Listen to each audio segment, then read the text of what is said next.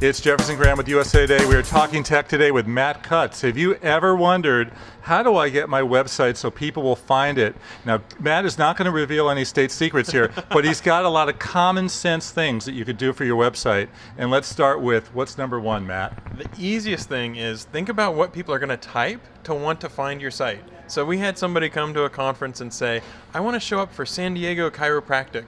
And we said, well, have you put the word San Diego Chiropractic on your page anywhere at all? And he hadn't. And sometimes just very simple stuff like that really helps. Think about what users are going to type to find your page, and then just make sure those keywords are on the page. So how important are adding the tags to your website? Title tags matter because it's what the user, whenever they search on Google, they see that title tag. It's the very first impression they have of your website. So it pays to make sure that it makes sense, that it says, okay, this is the information I'm going to get, I'm going to like it whenever they click on a web result. And also, there's a lot of other meta tags you can use. We say don't worry that much about the keywords tag, but there's one called the description tag. And the description is just a very short, summary of what your website is about. And that is often also shown to web users whenever they search on Google. So if you get the title and the meta description in pretty good shape, oftentimes people will see that in the search results and they'll say to themselves, this is exactly what I'm looking for. And then they'll click on that result. Many people know that links is what it's all about with Google. The more people who link to you, the higher you will go. And you can imagine a lot of people out there will say to you, but Matt, I don't know where I'm going to get any links. Sure. But there are actually many places, aren't there? Oh, there absolutely are. One of the biggest things that I talk about is just starting a blog. And a blog is very simple. It's a weblog. It's a way that you can put posts up on the web and participate in the conversation that's happening out on the web all the time. And if you are one of these businesses that start a blog, it doesn't have to be really complex or, super fancy. You can start a blog for free, but you can talk about what were your weirdest customers or what made you decide to start a small business.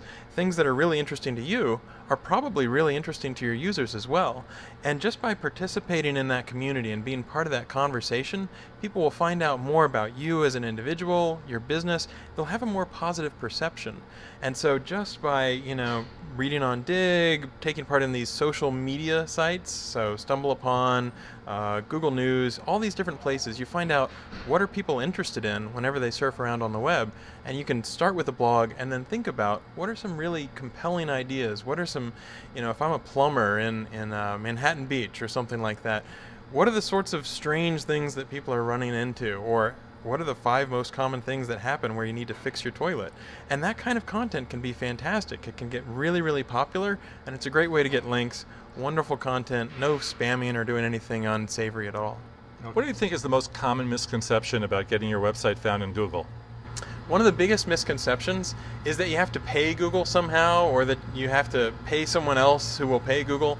The fact is that Google crawls all these websites for free, and we pick up sites quite quickly.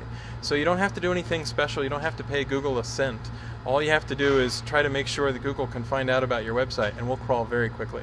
One other interesting misconception is that some people think that if you somehow buy advertising on Google, you automatically rank higher or you'll do better in the search results, and nothing could be further from the truth.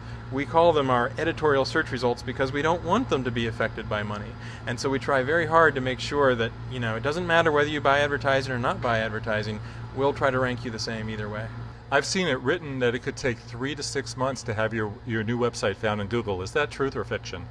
Normally that's not the case. Google's very quick about crawling websites. We typically refresh our entire index every month or so, and we can find many websites within days. So one of the secrets you can do is you can go to google.com/addurl.html, and that's just a simple place where you can tell Google a single URL, like the root page of your site.